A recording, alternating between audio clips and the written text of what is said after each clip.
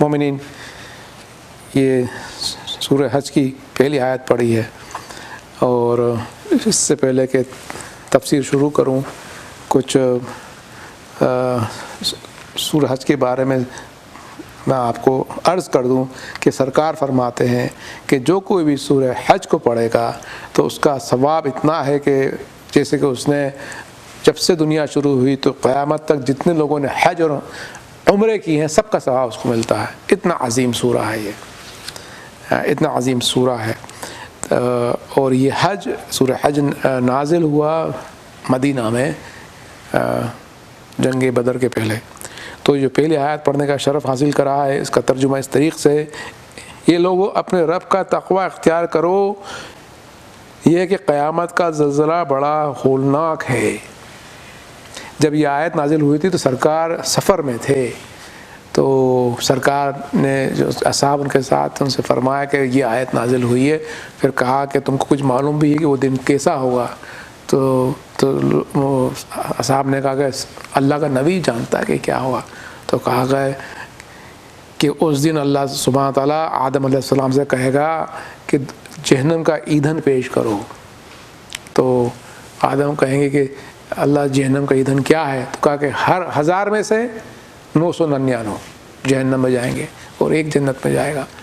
تو اصحاب رونے لگے تو سرکار نے کہا اسی لیے انبیاء آئے کہ لوگوں کو ہدایت کریں حق کی، اور اگر تم تقوی اختیار کرو گے تو تمہاری اس میں فلاح ہے۔ پھر سرکار نے کہا کیا تمہارے لیے یہ کافی نہیں کہ میری امت میں سے جو جنت میں جائیں گے اس کے 1/4 میری امت میں سے ہوں گے؟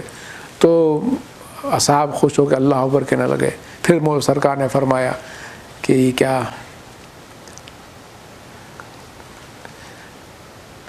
کافی نہیں کہ 1/3 جائیں گے؟ تو اللہ اکبر کے پھر نعرہ لگایا صاحب نے۔ پھر سرکار نے فرمایا کیا کافی نہیں کہ میری امت کے جتنے جنتی ہوں اس میں سے آدھے لوگ میری امت کے ہوں گے؟ تو سب صاحب نے نعرہ لگایا اللہ اکبر۔ تو ہم کو امید رکھنا چاہیے، امید پہ قائم رہنا چاہیے کہ ہاں 1000 میں سے 1 جنت میں جائے گا، لیکن ہم کو اللہ سے امید ہونا چاہیے کہ ہم لوگ اس میں شامل ہوں اور اس کے لیے جد و جہد کریں۔ اللہ تعالیٰ نے دین میں کوئی حرج پیدا نہیں کرا ہے، سختی نہیں ہے۔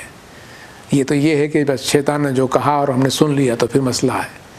اگر قرآن پڑھاتے اور قرآن کو اللہ کا سنتے تو شیطان کو سننا چھوڑ دیتے ہم، لیکن اگر ہم اللہ کو سننا بند کر دیں گے تو پھر شیطان کا بولنا تو 24 گھنٹے چلتا رہتا ہے، وہ تو رکتا نہیں ہے، وہ تو کھلا دشمن ہے۔ یوم ترونہا تذہل کل مرضعۃ عما ارضعت وتضع کل ذات حمل حملها وترى الناس سکارى وما هم بسکارى ولکن عذاب اللہ شدید۔ پھر اس کے بعد اللہ تعالیٰ قیامت کے واقعے کو دکھا رہا کس طرح سے ہوگا۔ جس روز تم دیکھو گے کہ دودھ پلانے والی عورتیں اپنے دودھ پیتے بچوں سے غافل ہو جائیں گی اور حاملہ عورتیں اپنا حمل گرا دیں گی، اور تم لوگوں کو نشے کی حالت میں پاؤ گے حالانکہ وہ نشے میں نہ ہوں گے، البتہ اللہ کا عذاب شدید ہوگا۔ یہ حالت ہوگی کہ جو عورت دودھ پلاتی ہوگی اس وقت وہ اپنا دودھ پلانا چھوڑ دے گی خوف کے مارے، کیونکہ جو زلزلہ ہوگا وہ اتنا سخت ہوگا۔ کیونکہ زلزلہ ابھی جو آتا ہے نا وہ 2 سیکنڈ کے لیے آتا ہے، 5 سیکنڈ کے لیے آتا ہے، وہ زلزلہ لمبا ہوگا۔ تو یہ خوف طاری ہوگا اس زلزلے سے کہ دودھ پلانے والی دودھ پلانا چھوڑ دیں گی اور حاملوں کے حمل گر جائیں گے، اور لوگ باغ ایسے لگیں گے خوف میں، کنفیوژن میں اتنے ہوں گے کہ لگے گا کہ وہ انٹاکسیکیٹ ہیں نشے کی حالت میں، لیکن وہ نشے کی حالت میں نہیں ہوں گے کیونکہ خوف سے کنفیوز ہو جائیں گے وہ۔ تو اللہ تعالیٰ بتا رہا ہے کہ اس طرح کا سخت عذاب ہوگا۔ وَمِنَ النَّاسِ مَن یجادل فی اللہ بغیر علم واتبع کل شیطان مرید۔ اور لوگوں میں سے کچھ ایسے افراد بھی ہیں جو اللہ کے بارے میں بغیر علم کے بحث کرتے ہیں اور ہر سر کا شیطان کی پیروی کرنے لگتے ہیں۔ دیکھیں 999 لوگ کیسے ہوتے ہیں۔ زیادہ تر لوگ کہتے ہیں کہ وی بلیو ان گاڈ، لیکن گمراہ۔ آپ دنیا میں پوچھیں کہ وی بلیو گاڈ، یس یس یس، لیکن گمراہ۔ اور کیا ہے کہ جو اپنے جھوٹے عقیدوں کو لے کے چلتے ہیں. علم تو ہوتا نہیں ہے, کتاب پڑھی نہیں ہوتی ہے, ہادی ان کا کوئی ہوتا نہیں ہے, بس اپنے حساب سے وہ اپنے عقیدے بنا لیتے ہیں اپنے حساب سے. اس طرح کے لوگ آپ کو ہر جگہ مل جائیں گے, مسجد میں مل جائیں گے, ہر جگہ مل جائیں گے, باہر بھی مل جائیں گے, ہر طرف ایسے لوگ ہیں. کبھی ایک دن قرآن کھل کے نہیں پڑھا ہوا, لیکن پورے عقیدے ان کے اپنے بالکل بنے ہوئے پکے ہے نا. من الناس من, اچھا تو وہ پھر اللہ کے بارے میں جھگڑتے ہیں بغیر علم کے. اور پھر کیا ہوتا ہے کہ جب ایسے لوگوں کو شیطان ڈھونڈتا رہتا ہے, شیطان, اب وہ ایسے لوگ کیا کرتے ہیں, شیطان کو ڈھونڈتا رہتا ہے کیونکہ انہوں نے علم چھوڑا ہے, اور کیونکہ بغیر علم کے تو انہوں نے علم چھوڑ دیا, اب شیطان ان کا ساتھی ہو جاتا ہے. اب اللہ نے تو ان سے بات کرنا بند کر دی. قرآن سے اللہ بات کرتا ہے, اہل بیت کے ذریعے اللہ بات کرتا ہے. اگر آپ قرآن اور اہل بیت چھوڑ دو گے تو پھر آپ کو شیطان پکڑے گا. تو پھر وہ کیا کرتے ہیں, ہر شیطان کی پیروی کرتے ہیں. پھر شیطان کو بہکاتا ہی چلا جاتا ہے, اور وہ کبھی سیدھے راستے پہ نہیں آتے. تو اللہ نے کیا کہا ہے شیطان کے بارے میں, اب اللہ نے سخت لفظ استعمال کیے ہیں, کتب علیہم انہ من تولاہ فانہ یضلہ ویہدہ الی عذاب السعیر. اس کے بارے میں لکھ دیا گیا, اللہ نے کہا میں نے لکھ دیا شیطان کے بارے میں, اس ریٹرن, کہ جو بھی اسے دوست بنائے گا وہ اسے گمراہ کر دے گا اور اسے جہنم کے عذاب کی راہ دکھائے گا. جہنم کے عذاب کی راہ دکھائے گا. یہ جو شیطان جو ہوتے ہیں نا, یہ شیطان انسان میں اسی بھی ہوتے ہیں اور جنات میں اسی بھی ہوتے ہیں, دونوں سے ہوشیار ہے نا. اسی لیے اللہ کو سورہ ناس اتنی پسند ہے. شیطان انسان, شیطان جن سے اللہ بچائے, دونوں سے بچائے, کیونکہ پھر وہ اس کو دوست رکھے گا فَإِنَّهُ يُضِلُّهُ, تو اس کو کیا پہلے گمراہ کرتا ہے اس کو, پھر اس کے بعد اس کو جہنم کی آگ کا رستہ دکھاتا ہے, وہاں لے کے جاتا ہے. 999 سب یاد رکھیں نمبر.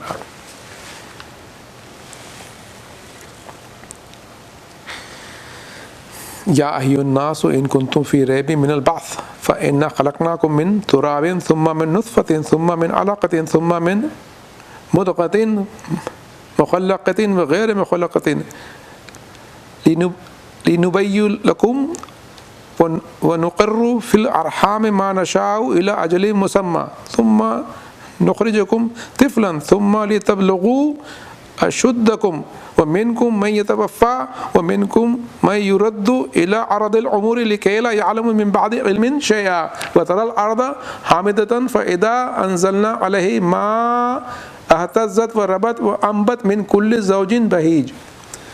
یہ لمبی آیت ہے, اس کو تھوڑے ٹکڑوں میں پڑھیں گے انشاءاللہ اپن. اے لوگوں, اگر مرنے کے بعد دوبارہ زندہ کیے جانے کے بارے میں تمہیں کوئی شک ہوتا ہے, اللہ تعالیٰ کہہ رہا ہے لوگ شک کرتے ہیں قیامت میں کیسے زندہ ہوں گے, تو اللہ لوگوں سے کہہ رہا ہے کہ اگر تمہیں شک ہوتا ہے تو پھر اللہ کیا کہتا ہے آگے, تو یاد رکھو کہ ہم نے تمہیں مٹی سے پیدا کیا ہے, سبسٹنس سے, اس کے بعد نطفے سے, پہلے تو ہم سبسٹنس مٹی ہوتے ہیں, پھر ہم نطفہ بنتے ہیں, پھر خون کے قطرے سے, پھر وہ جو بچہ ہوتا ہے جو اگر مائکروسکوپ میں دیکھو تو بلڈ کلاٹ دکھتا ہے, خون کے قطرے سے, پھر گوشت کے لوتھڑے سے, پھر الگ الگ ایمبریونک اسٹیج کے ڈیولپمنٹ اللہ بتا رہا ہے. پہلے تو نطفہ, زائگوٹ, پھر اس کے بعد بلڈ کلاٹ, اس کے بعد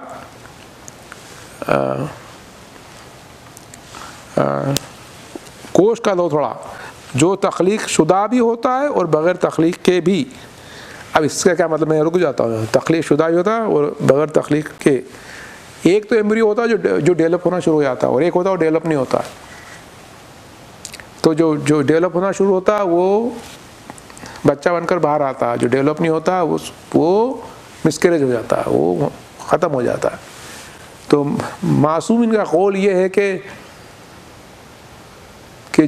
کہ جو وہی نطفے بچے بن کر باہر نکلتے ہیں جنہوں نے عالم ذر میں گواہیاں دی ہیں, وہ جو کہ عالم ذر سے روحیں چلے آ رہی ہیں اور جو ان نطفوں میں داخل ہوئی ہیں, وہی نطفے بچے بن کر باہر نکلتے ہیں, باقی نطفے خارج ہو جاتے ہیں. اب میں یہاں رکتا ہوں, پھر انشاءاللہ آگے آیت پڑھیں گے کیونکہ اس میں کچھ احادیث ہیں جو میں پڑھنا چاہتا ہوں آپ کے سامنے. سرکار فرماتے ہیں کہ کہ جب 40 دن ہو جاتے ہیں تو نطفہ بنتا ہے، وہ 40 دن بعد خون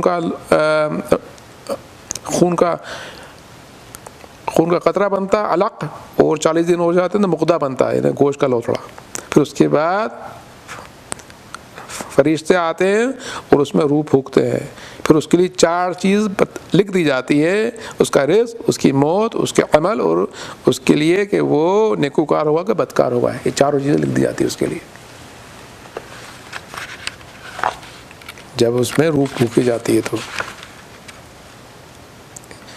امام رضا علیہ السلام بھی فرماتے ہیں کہ جب 4 مہینے کا بچہ ہو جاتا ہے تو اللہ تعالیٰ 2 فرشتوں کو بھیجتا ہے تاکہ اس کا رزق، اس کی موت، اور یہ لکھے کہ وہ نیکوکار ہے کہ بدکار ہے.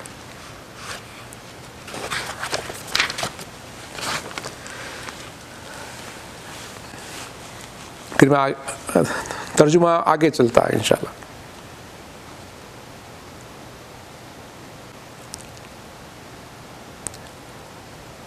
جو تخلیق شدہ ہوتا ہے اور بغیر تخلیق کے بھی، یہاں تک پڑھا تھا نا اپنوں نے، تاکہ تم پر اس حقیقت کو واضح کر دیں. ہم جس نطفے کو چاہتے ہیں کہ خاص وقت تک رحموں میں ٹھہراتے ہیں، پھر تمہیں ایک بچے کی صورت میں نکال لاتے ہیں تاکہ تم اپنی مکمل جوانی تک پہنچو، اور تم میں سے کچھ کو پہلے ہی بلا لیا جاتا ہے اور کسی کو بدترین عمر کی طرف پھیر دیا جاتا ہے. بدترین عمر کیا ہے؟ بڑھاپے کو بدترین عمر کہا گیا ہے. معصوم سے پوچھا کہ وہ کون سی عمر ہے؟ معصوم نے کہا 100 سال. کیا ہوتا ہے بدترین عمر کی؟ ہوتی ہے کہ جو ہمارا سب سے بڑا سرمایہ ہوتا ہے علم، وہ ہم سے چلے جاتا ہے. زندگی بھر محنت کرتے ہیں، کچھ سیکھیں، وہ بھول جاتا ہے انسان. اس سے زیادہ تکلیف کیا ہوگی؟ ان بوڑھے میں اور بچے میں کوئی فرق نہیں ہوتا ہے. حالانکہ لیکن بچے کا کیا ہوتا ہے کہ اس کے جوان پیرنٹس ہوتے ہیں اور امید رہتی ہے کہ وہ ایک دن بڑا ہوگا، اور جو بوڑھا انسان ہوتا ہے اس کے لیے کوئی امید نہیں ہوتی ہے، اس کا تو ڈاؤن فال ہی ہوتا ہے. تو اس پہ جتنا رحم کیا جائے کم ہے. اور پھر بھی لوگ ایکسپیکٹ کرتے ہیں اس سے کہ بوڑھا ہے تو اس کو تھوڑا بیہیو کرنا چاہیے، بڑھتا ہے اس کا اچھا ہو. لوگوں میں یہ بھی رہتا ہے کہ یہ بوڑھا ہے، اس کو چاہیے کوئی ڈھنگ سے رہے، لیکن وہ لوگوں کو کیا معلوم کہ اس کے دماغ میں سے کوئی برین سیل نہیں بچے. لیکن جو لوگ متقی ہوتے ہیں، پرہیزگار ہوتے ہیں، یا کتابیں پڑھتے ہیں، یا جو کہ برین کی ایکسرسائز کرتے ہیں، ان کا حافظہ بنا رہتا ہے. اس لیے ہم کو ضروری ہے کہ ہم لوگ ہمیشہ قرآن پڑھتے رہے، ہمیشہ علم حاصل کرتے رہے، تاکہ ہمارا حافظہ بنا رہے. تاکہ دیکھا نا آپ نے آیت اللہ جو ہوتے ہیں 90+، وہ پھر بھی ان کا دماغ بالکل صحیح چلتے ہیں، کیونکہ اللہ تعالیٰ دکھا دیتا ہے اس دنیا میں نیکوکاروں کا اجر ضائع نہیں کرتا اللہ. ہم کو بھی چاہیے کہ ہمارا شوق رہے کہ ہمیشہ ہم قرآن حفظ کرتے رہیں، حدیث حفظ کرتے رہیں، کتابیں پڑھتے رہیں. انشاءاللہ حافظ نہیں جائے گا. اللہ پہ توکل رکھے.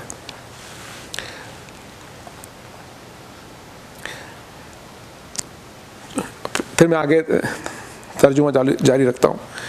تم میں سے کچھ کو پہلے ہی بلا لیا جاتا ہے اور کسی کو بدترین عمر کی طرف پھیر دیا جاتا ہے تاکہ وہ علم کے بعد کچھ جاننے کے قابل نہ رہے جائے اور تم بالکل بھول جاؤ. ایک طرح سے جو آج کل ہوتا ہے نا ڈیمینشیا کی مثال ہے. ڈیمینشیا کس کو کہتے ہیں؟ جو بوڑھے بالکل بھولنے لگتے. اور تم زمین کو خشک پاتے ہو، اور جب ہم اس پر پانی برساتے ہیں تو وہ لہلانے لگتی ہے اور نشو و نما پاتی ہے اور ہر قسم کے خوش نمایاں نباتات اگاتی ہے. پھر اللہ نے کہا زمین کا کہا ہے. اسی طرح اللہ تعالیٰ بتانا چاہ رہے ہیں کہ قیامت دن کے زندہ ہوں گے، تو اللہ نے ساری مثالیں دی. آخری میں خشک زمین کی مثال دی کہ جب پانی برستا ہے تو وہ سوکھی زمین کس طرح لہلانے لگتی ہے، خوشنما ہو جاتی ہے. اس میں کیا ہے؟ زوجین بہیج لفظ آیا ہے. زوجین بہیج مطلب کہ درختوں کے جوڑے پیئرس. مطلب یہ اللہ کی طرف سے اشارہ ہے کہ کس طرح سے پالینیشن ہوتا ہے، میل پلانٹ فیمیل پلانٹ. اس زمانے میں تو بات واضح نہیں ہوئی تھی، آج واضح ہوئی پالینیشن، اب سمجھ میں آیا. تو قرآن کی گہرائیاں مولانا متقی نے فرمایا نا کہ ہر دور میں تفسیر قرآن بدلے گی، کیونکہ علم زیادہ آ جائے گا. تب تفسیر بدل رہی ہے کہ پالینیشن کا معاملہ ہے جو اللہ نے اس وقت بتا دیا. تاکہ ہم اس بات کو باور کریں کہ قیامت دن ہم کیسے اٹھیں گے. جب اللہ تعالیٰ کی قدرت ہے مٹی سے انسان کو چلا کے بنا دیتا ہے, جس طرح سے خود زمین کو لہلانے لگتا ہے, وہی اللہ تعالیٰ بتانا چاہتا ہے کہ میں ہر چیز پہ قادر ہوں. پھر اللہ فرماتا ذالک بان اللہ هو الحق وانہ یحیی الموتى وانہ علی کل شیء قدیر. یہ سب کچھ اس وجہ سے ہے کہ اللہ ہی حق ہے اور وہی مردوں کو حیات بخشتا ہے اور وہ ہر چیز پر قدرت رکھتا ہے. اللہ حق ہے, اس کی حق کی وجہ سے اس کائنات میں حق ظاہر ہوا. یہ مٹیریلسٹک ورلڈ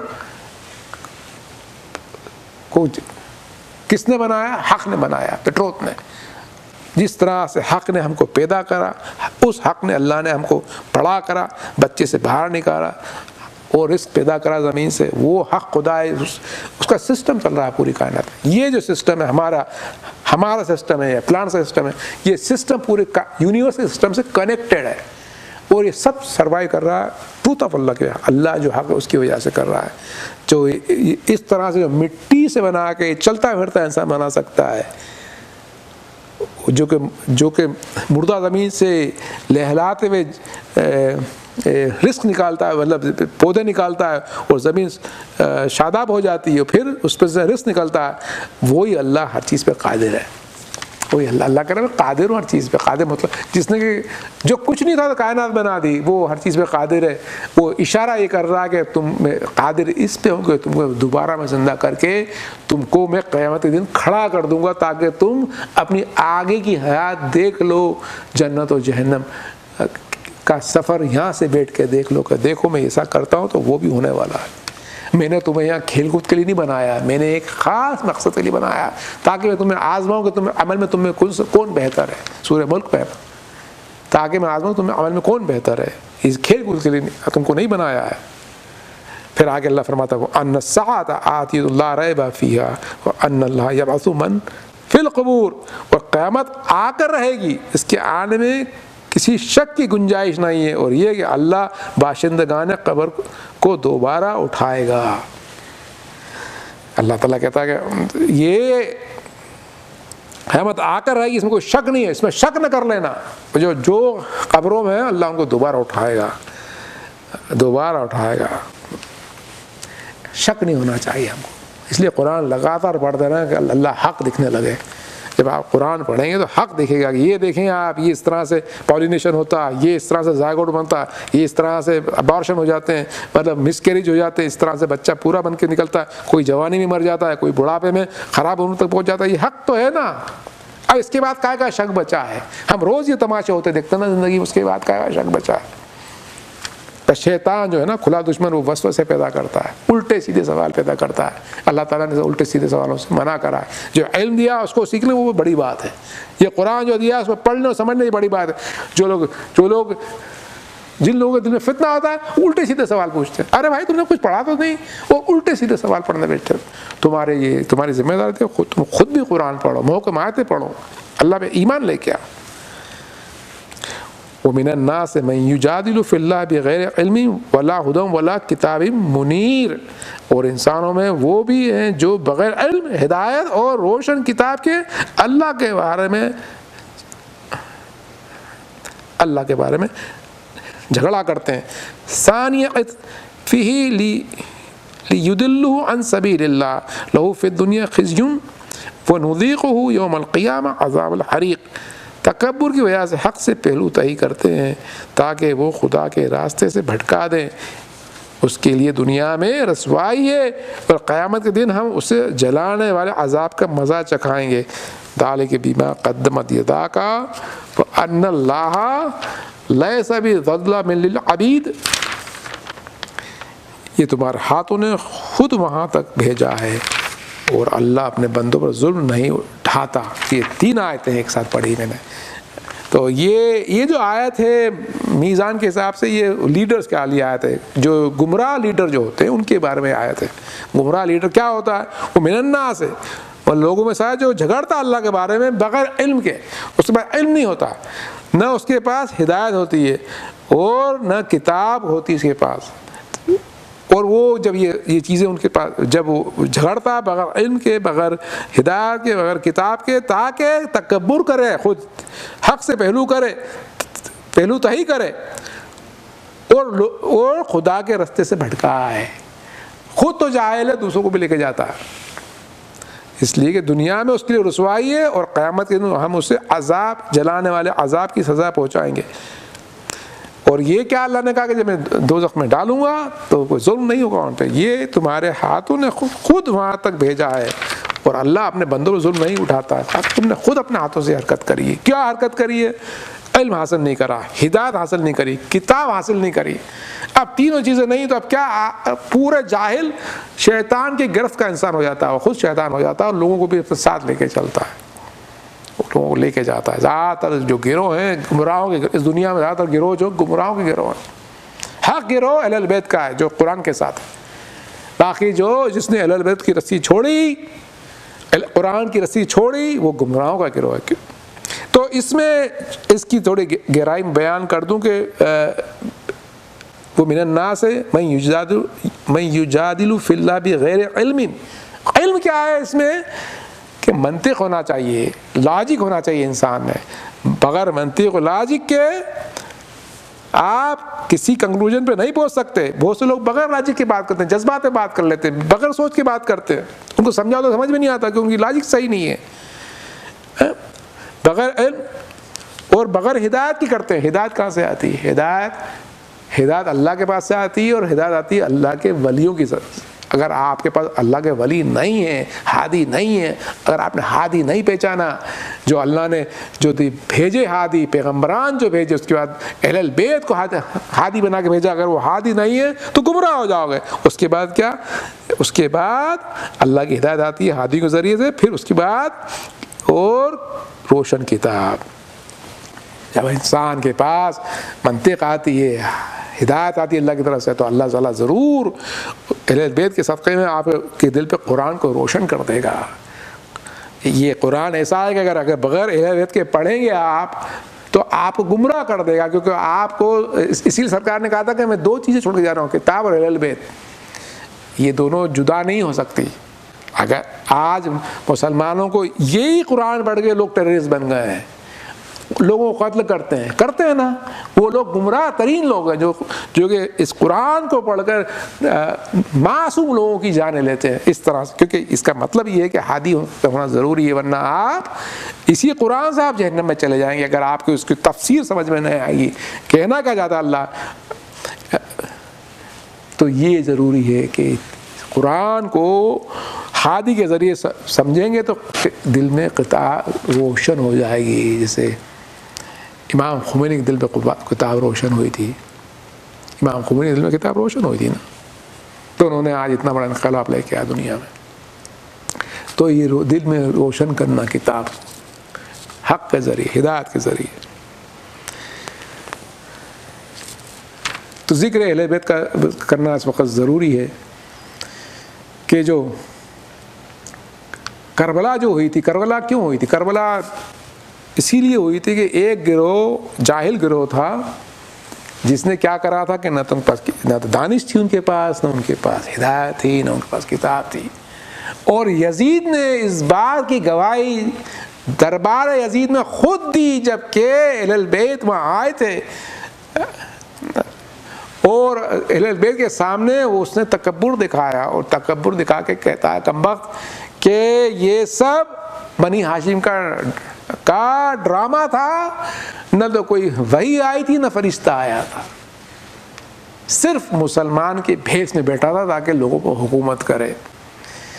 اور اسی طرح سے یہ جھگڑا شروع ہوا تھا، اور مولا جو آئے تھے کربلا میں، تو پہلے میں نے شروع میں آپ کو حدیث عرض کری تھی کہ 1000 میں سے 999 جہنم میں جائیں گے، ایک جنت میں جائے گا، 73 فرقے ہو جائیں گے مسلمانوں کا، ایک جنت جائے گا۔ مولا نے کہا تھا میں کربلا جو جا رہا ہوں تو قوم کی اصلاح کرنے جا رہا ہوں۔ مولا کو یہ ڈر تھا کہ قوم جہنم میں نہیں چلے جائے، ان جاہلوں کے ساتھ میں جہنم نہ چلے جائے، مولا نے جو جنگ کری تھی صرف ہماری بقا اور ہماری اصلاح اور ہماری نجات کے لیے کری تھی۔ یا مولا آپ شہید ہو گئے، آپ شہید ہو گئے کہ ہم جہنم سے بچیں، آپ شہید ہو گئے کہ ہم کو ہدایت ملے۔ مولا آپ کا ہم احسان کبھی نہ بھولیں گے، نہ آپ کے اولاد کا احسان کبھی بھولیں گے، نہ آپ کے اصحاب کا احسان کبھی نہیں بھولیں گے مولا۔ اور مولا امام زمان آئیں گے تو ہم ان کی ضرور نصرت کریں گے۔ اللہ القوم الظالمین۔